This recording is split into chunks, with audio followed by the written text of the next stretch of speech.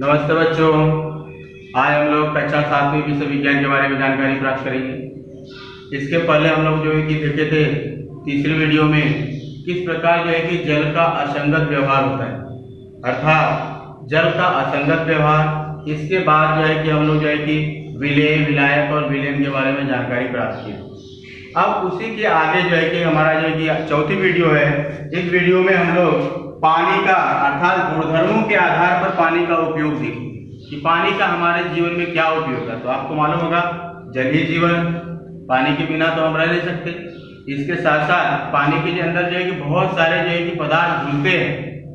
पानी में बहुत सारे पदार्थ कुल मिलाकर एक तरह से बोला जाए तो पानी सार्वत्रिक विलायक है, और सार्वत्रिक विलायक के कारण क्या होता है कि पानी का बड़े प्रमाण से जो है इसका उपयोग किया जाता है।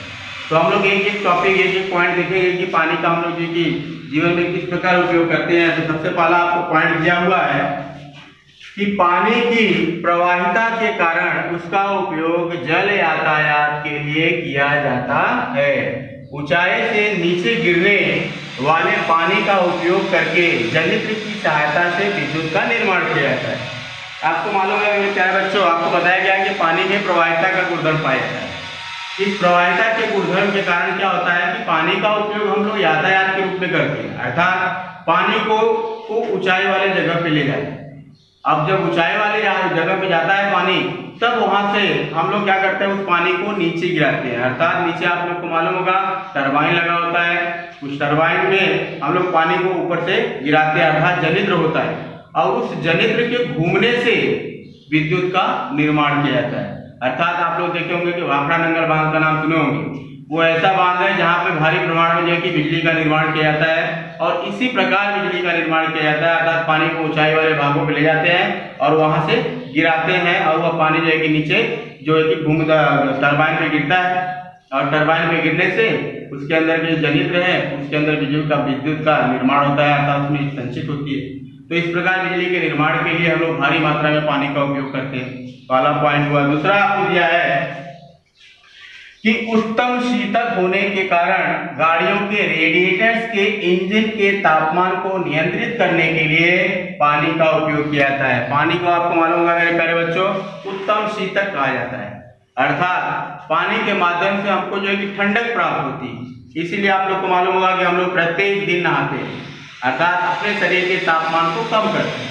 उसी प्रकार से आपको मालूम होगा मोटर गाड़ियों में, चाहे ट्रक हो, चाहे बसेस हो, चाहे जो कि 4 व्हीलर सैनी जो कि कार वगैरह हो, इन सभी में आपको मालूम होगा रेडिएटर्स में इंजन होता है, अर्थात उसके अंदर रेडिएटर्स होता है और उसमें जो है कि इंजन फिट होता है, और जिसके कारण उस रेडिएटर में आपको मालूम होगा कि पानी भरती है, और पानी भरने से जैसे ही पंखा घूमता है तो उसके अंदर जिस प्रकार आप लोग के घरों में कूलर होता है उसी तरह से जो है कि उसमें से जो है कि पानी रेस कर गिरता है, और वो ब्लेड के अर्थात जो है कि पंखे में अर्थात वहां पे आता है, और उस हवा के माध्यम से वह पानी जो है कि क्या होता है, ठंडा हो जाता है, अर्थात जो है कि हवा ठंडी हो जाती है, और उसके अंदर जो इंजन है वो भी क्या होता है, ठंडा होता है। अगर हम इसका उपयोग नहीं करेंगे तो आपको मालूम होगा कि वातावरण में तापमान जैसे जैसे गर्म होगा वैसे वैसे जो है कि गाड़ी का इंजन भी क्या होगा, गर्म हो जाएगा, और गर्म होने से क्या होगा, उसमें आग लगने की संभावना होती है।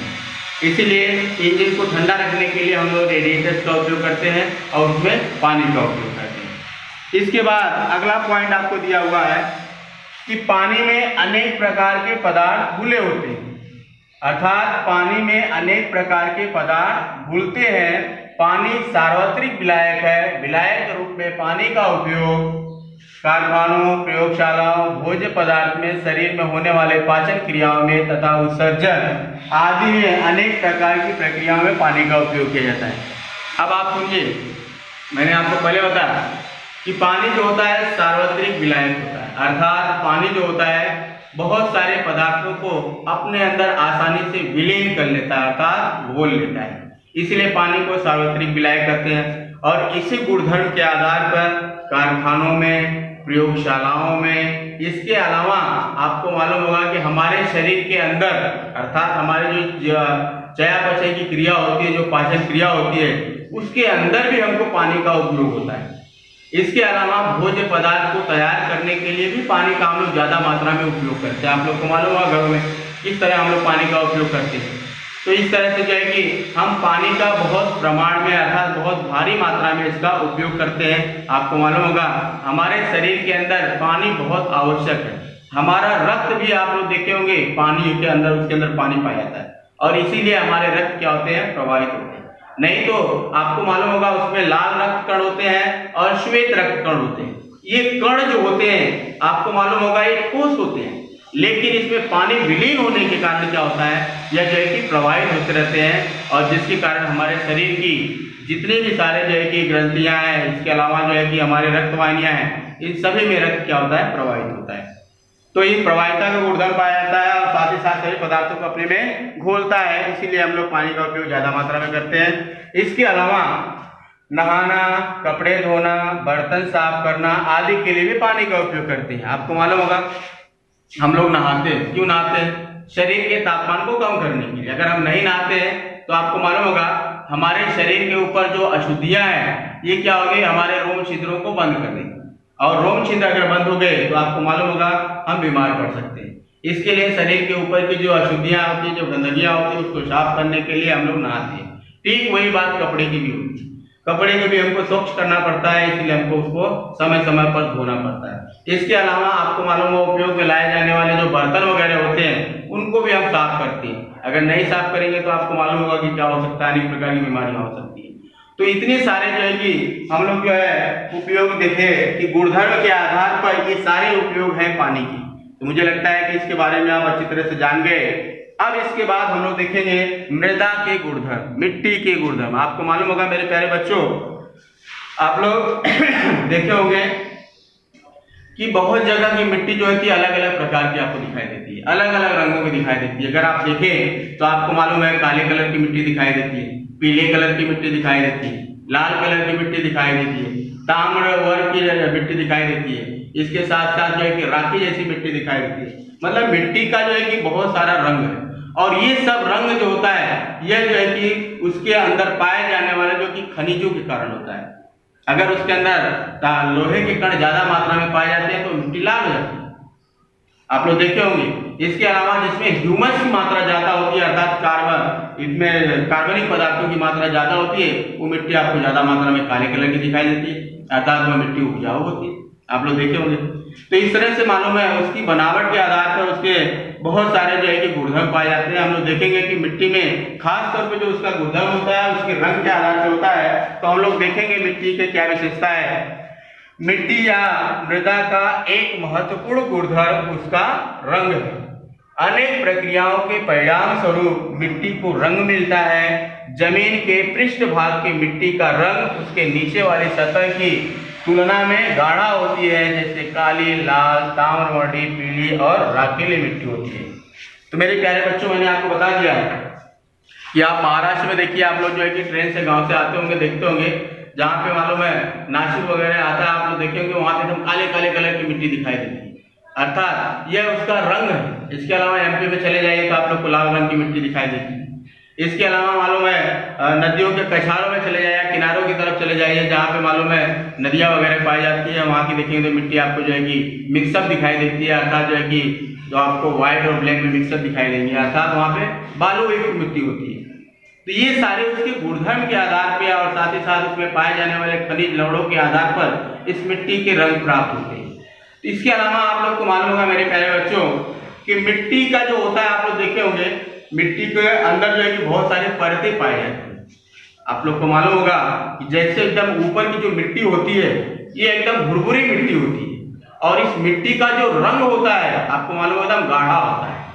लेकिन अगर इसकी खुदाई करें, नीचे की तरफ जाएं तो आपको मालूम होगा इसका रंग धीरे धीरे क्या होता है, कम होते जाता है, अर्थात हल्का हो जाता है।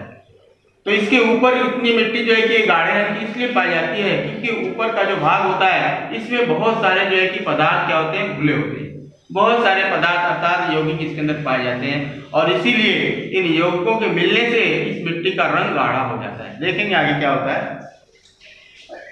यहाँ पे देखिए इसके रंग और गठन के आधार पर मिट्टी की उर्वरता, पानी का निकास, पानी को रोकने की क्षमता निर्भर होती है तथा रंग उसके गठन, जैविक घटकों तथा लौह चूना जैसे रासायनिक घटकों पर भी निर्भर करता है। अब मिट्टी का जो रंग और गठन आपको मालूम होगा, उसकी उर्वरता, अगर उसमें वह मिट्टी ज्यादा मात्रा में उपजाऊ है तो इसका मतलब उस मिट्टी में कार्बनिक पदार्थों की मात्रा ज्यादा है। अब कार्बनिक पदार्थ जब जिस मिट्टी में मिश्रित ज्यादा हो जाते हैं तो वह मिट्टी ज्यादा मात्रा में काले रंग की दिखाई देती है। तो ये क्या है, ये है कि इसके अंदर पाए जाने वाले कार्बनिक यौगिक थे, अब जिसके कारण मिट्टी काली हो गई।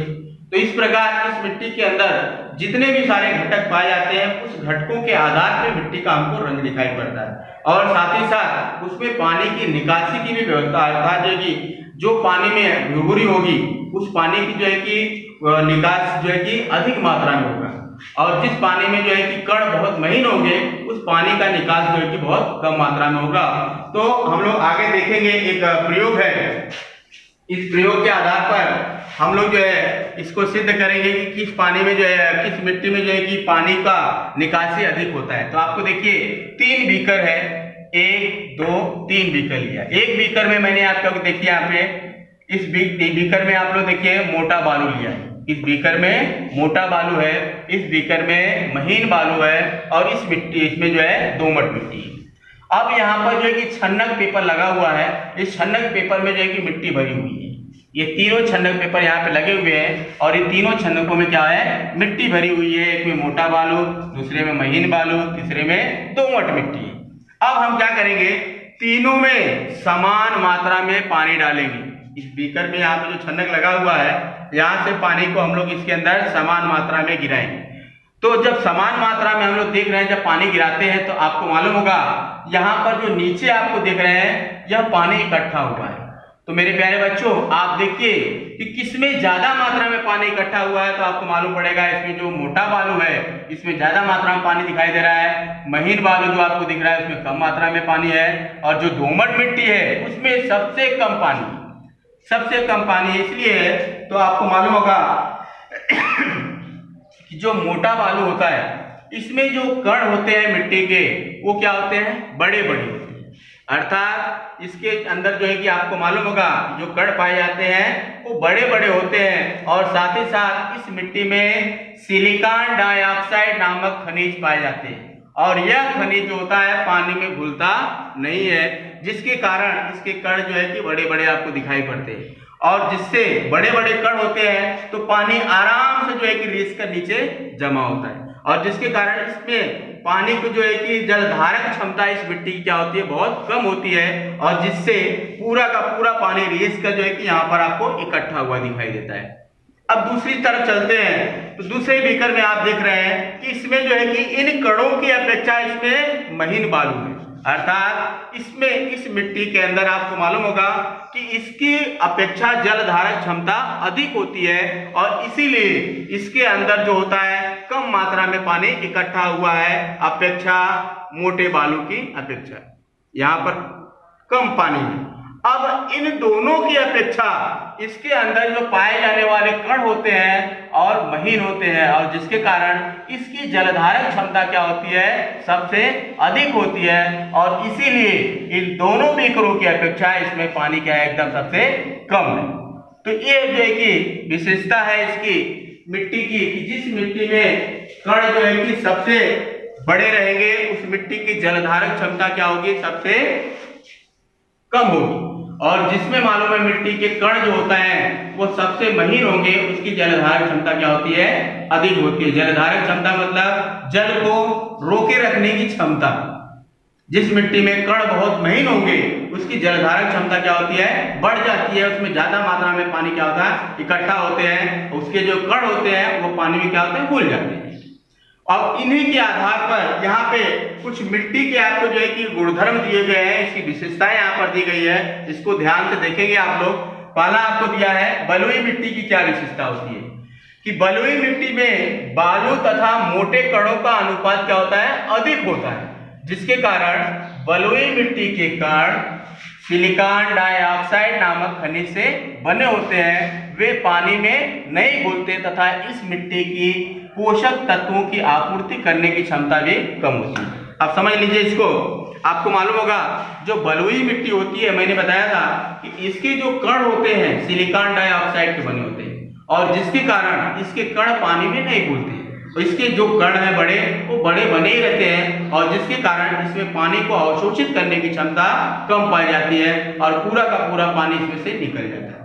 और साथ ही साथ इसके अंदर पोषक तत्वों की मात्रा क्या होती है, कम होती है और इसीलिए यह जो है कि लगभग जो है कि अनुपजाऊ के समकक्ष होते हैं, अर्थात ज्यादा उपजाऊ नहीं होते हैं। क्यों? क्योंकि इसमें ह्यूमस की मात्रा कम होती है, अर्थात कार्बनिक पदार्थों की मात्रा कम होती है, इसीलिए जो है कि ये अधिक उपजाऊ नहीं होती है, अर्थात इसमें जो है पोषक तत्वों की मात्रा कम होती है। दूसरा आपको दिया गया है दोमट मिट्टी। इस मिट्टी के कणों का आकार मध्यम होता है। इस मिट्टी में जैविक घटकों की मात्रा अधिक होती है। इस मिट्टी में पोषक तत्वों को आपूर्तित करने की क्षमता क्या होती है, अधिक होती है।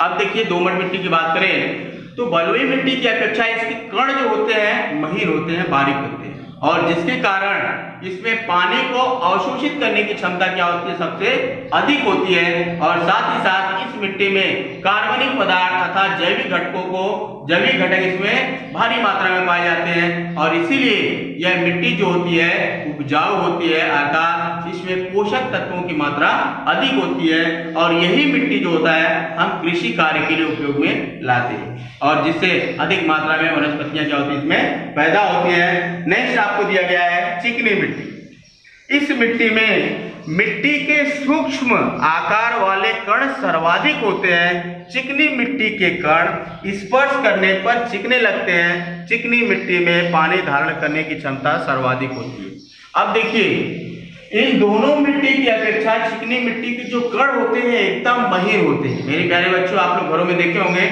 गेहूं का आटा और मैदे का आटा दोनों में फर्क होता है। जो मैदे का आटा होता है आप हाथों से छूइए तो आपको मालूम है चिकने का एकदम चिकनाहट दिखाई देता है, लेकिन गेहूं का आटा जो होता है वो आपको भुरभुरा दिखाई देता है। लेकिन ठीक वैसे ही ये मिट्टी भी होती है। जो दोमट मिट्टी होती है उसकी अपेक्षा चिकनी मिट्टी के कण जो होते हैं एकदम महीन होते हैं। अगर इनको हाथ से आप छूते हैं तो ये क्या होते हैं, चिकने लगते हैं, अर्थात इसमें पानी को धारण करने की क्षमता क्या होती है, सर्वाधिक होती है और इसके कण भारी मात्रा में क्या होते हैं, एक दूसरे से चिपक जाते हैं और जिसके कारण इस मिट्टी का उपयोग हम लोग कृषि कार्य के लिए नहीं कर सकते। इसका उपयोग हम लोग सजावट की वस्तुएं जैसे आप लोग गमला वगैरह बनाने के लिए, प्लेट वगैरह बनाने के लिए, थालियां वगैरह बनाने के लिए और बहुत सारे सजावट की वस्तुओं को तैयार करने के लिए हम लोग चिकनी मिट्टी का उपयोग करते हैं, क्योंकि इसके कण महीन होते हैं और यह कण जो है एक दूसरे को पकड़कर एकदम मजबूत बन जाते हैं और जिसके कारण यह जल्दी एक दूसरे से अलग नहीं होते हैं और इसीलिए इसका उपयोग हम लोग इन कार्यों के लिए करते हैं। तो मेरे प्यारे बच्चों, आज हम लोग इस वीडियो के अंदर पानी का उपयोग, साथ ही साथ मिट्टी के गुणधर्म के आधार पर इस मिट्टी की बहुत सारी विशेषताओं के बारे में देखे। तो इन्हीं के आधार पर आपको गृह कार्य दिया गया है। जैसे गृह कार्य है पानी का उपयोग लिखना है आपको। दूसरा आपको दिया है बलुई मिट्टी, चिकनी मिट्टी तथा दोमट मिट्टी की विशेषताओं को लिखकर आपको याद करना है। साथ ही साथ आपको शुक्रवार और शनिवार को जो आपका ग्रुप है 7वीं क्लास का, उस ग्रुप में आपको इसको जो है कि आपको गृह कार्य को करके भेजना है और साथ ही साथ यह वीडियो आप अपने दोस्तों को भी शेयर कीजिए जिससे सबके पास ये वीडियो पहुंचे और सभी को इसका फायदा मिले। इन्हीं के साथ मैं अपनी वाणी को विराम देता हूं। धन्यवाद।